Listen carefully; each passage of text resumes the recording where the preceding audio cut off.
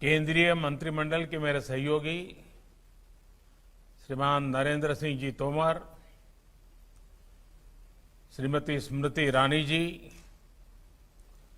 भाई पुरुषोत्तम रूपाला जी, कैलाश चौधरी जी, श्रीमती देबाश्री चौधरी जी, food and agriculture organisation के प्रतिनिधिगण, अन्य महानुभाव और मेरे प्यारे भाइयों और बहनों, वर्ल्ड फूड डे के अवसर पर आप सभी को बहुत बहुत शुभकामनाएं। दुनिया भर में जो लोग कुपोषण को दूर करने के लिए लगातार काम कर रहे हैं, मैं उन सभी को भी बहुत बहुत बधाई देता हूं। भारत के हमारे किसान साथी, हमारे अन्नदाता, हमारे कृषि वैज्ञानिक, हमारे आंगनवाड़ी और आशा कार्यकर्ता कुपोषण के खिलाफ आंदोलन का एक बहुत बड़ा हमारा मजबूत किला है, मजबूत आधार है। इन्होंने अपने परिश्रम से जहां भारत का अन्न भंडार भर रखा है, वहीं दूर सुदूर गरीब से गरीब तक पहुंचने में सरकार की बहुत मदद की है।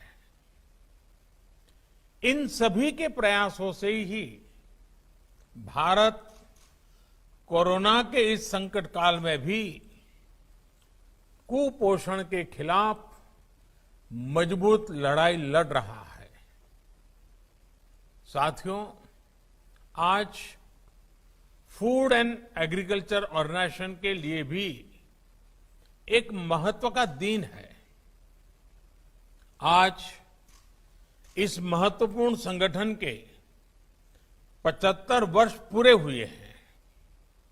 इन वर्षों में भारत सहित पूरी दुनिया में एफएओ ने कृषि उत्पादन बढ़ाने, भूखमरी मिटाने और पोषण बढ़ाने में बहुत बड़ी भूमिका निभाई है।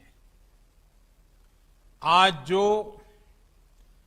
75 रुपये का विशेष सिक्का जारी किया गया है, वो भारत की 130 करोड़ से अधिक जनता जनार्दन की तरफ से आपकी सेवा भावना का सम्मान है।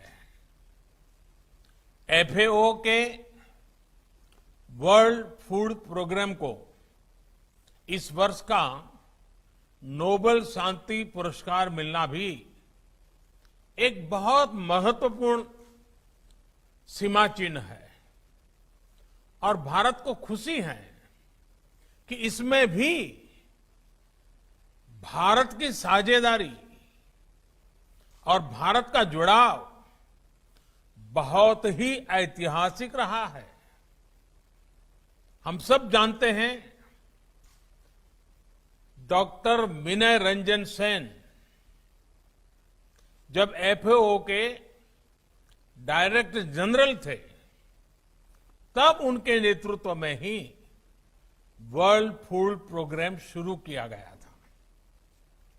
डॉक्टर सेन ने अकाल और भूखमरी का दर्द बहुत करीब से महसूस किया था। पॉलिसी मेकर बनने के बाद उन्होंने जिस व्यापकता के साथ काम किया, वो आज भी पूरी दुनिया के काम आ रहा है। वो जो बीज बोया गया था, आज उसकी यात्रा नोबेल प्राइज तक पहुंची है। साथियों, एफएओ ने बीते दशकों में कुपोषण के खिलाफ भारत की लड़ाई को भी बहुत नजदीक से देखा है। देश में अलग अलग स्तर पर कुछ विभागों द्वारा प्रयास हुए थे। इसके लिए बीज, फर्टिलाइजर, मशीनरी, सब कुछ समझौता करने वाली संस्था ही देगी। एक और महत्वपूर्ण बात, अगर किसान किसी कारण से समझौता तोड़ना चाहता है तो उसको कोई जुर्माना नहीं देना होगा, लेकिन अगर किसान से समझौता करने वाली संस्था समझौता तोड़ती है तो उसे जुर्माना भरना पड़ेगा। और हमें ये भी ध्यान रखना है कि समझौता सिर्फ उपज पर होगा, किसान की जमीन पर किसी भी प्रकार का संकट नहीं आएगा। यानी किसान को हर प्रकार की सुरक्षा इन सुधारों के माध्यम से सुनिश्चित की गई है। जब भारत का किसान सशक्त होगा, उसकी आय बढ़ेगी, तो कुपोषण के खिलाफ अभियान को भी उतना ही बल मिलेगा। मुझे विश्वास है कि भारत और एफएओ इसके बीच बढ़ता तालमेल इस अभियान को और गति देगा। मैं एक बार फिर आप सभी को, एफएओ को 75 वर्ष होने पर बहुत बहुत शुभकामनाएं देता हूं।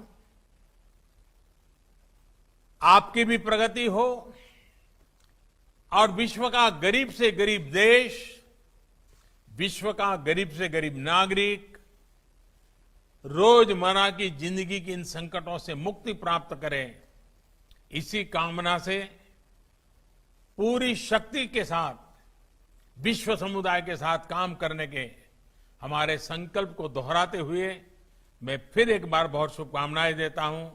बहुत बहुत धन्यवाद। बहुत बहुत धन्यवाद माननीय प्रधानमंत्री जी।